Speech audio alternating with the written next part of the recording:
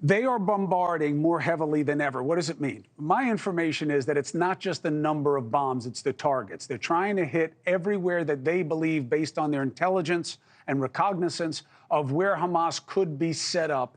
What does that tell you? Well, they are gearing up to go in, and they're very worried about loss of Israeli life. Now, I know what many of you are going to say in response to that. What about Palestinian life? That's a fair question, okay? Israel's soldiers are going to die when they go in there. That is the reality of war. They're already taking losses and casualties. And there's no question that it's lopsided in terms of the number in favor of Palestinians losing their lives. So it raises the question, is this effective, short-term, or long-term? If the goal, which Israel hasn't really fully articulated to the satisfaction of many, including the United States allies, what is your plan to get rid of Hamas, and what is your plan to keep it from re-entering in a new population that you are really creating with all the suffering that's going on there? A lot of my understanding is fed through one of the best minds in the business, retired General David Petraeus. Why? Because he is the author of how to turn bombing into effective ground anti-terror efforts. What he learned was you can't just bomb your way into peace, and you're not just going to bomb your way into killing an idea. You have to have counter messaging. You have to have a plan for what it is after the bombing that the people who you're bombing now can buy into, and not just commit themselves to your demise. And that is the risk for Israel. So I asked the general to sit down. He made time for me this afternoon, and we talked about what was happening here through the lens of whether or not what Israel is doing is going to work. General, thank you for joining us.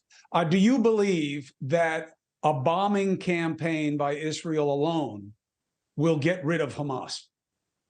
No, and I don't think the Israelis are under any illusions about that either. What they've been doing is carrying out what the military calls shaping operations, setting the conditions so that when they do introduce their soldiers into this very fiendishly difficult context, really the most difficult conditions I can think of, arguably since the end of World War II, that those soldiers, the conditions will be set as to the greatest extent possible, so that the Hamas headquarters, key leaders, logistical sites, tunnels, their major weapons platforms and so forth, all will have been destroyed or at least degraded. This enemy knows Gaza City like the back of their hand. They have been presumably preparing to defend it for months, if not years. They've built hundreds of miles of tunnels underground. They don't wear uniforms. They use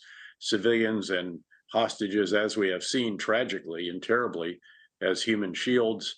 They'll use improvised explosive devices, booby traps, and most pernicious of all, some of them will likely prove to be willing to blow themselves up or blow up car bombs with themselves in it to take Israelis with them. Would you be doing anything differently than is being done right now? Well, I've publicly suggested that I think it would be helpful for Israel to lay out a vision for the future of the Palestinians in Gaza. I know that they're trying to work out who it is and what will administer Gaza in the wake of the destruction of Hamas and its political wing. I'm not sure that they're going to find someone whose hand goes up, who can be competent and capable and will give them the confidence that they could hand off to that entity. The risk of creating the next generation of resistance because of the bombing and all the civilian casualties, and losing political support because of the optics of the lopsided nature of this, how relevant are those factors? Those are relevant. Hearts and minds do matter. Again, you really should think about this entire campaign as a counterinsurgency campaign, not just a conventional military campaign, because a counterinsurgency campaign reminds you of the crucial importance of not just offense and defense, but stability operations. That's essentially the nation building piece, and you need the people with you.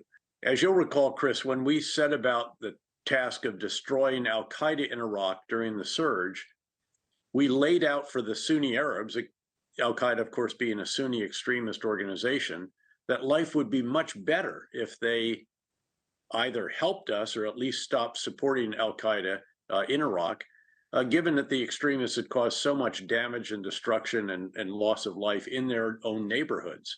Hey, thank you for watching. Please go to newsnationnow.com, newsnationnow.com, and you can find NewsNation on your television provider. And don't forget to click the red subscribe button down below. Then you will get more of NewsNation's fact-driven coverage.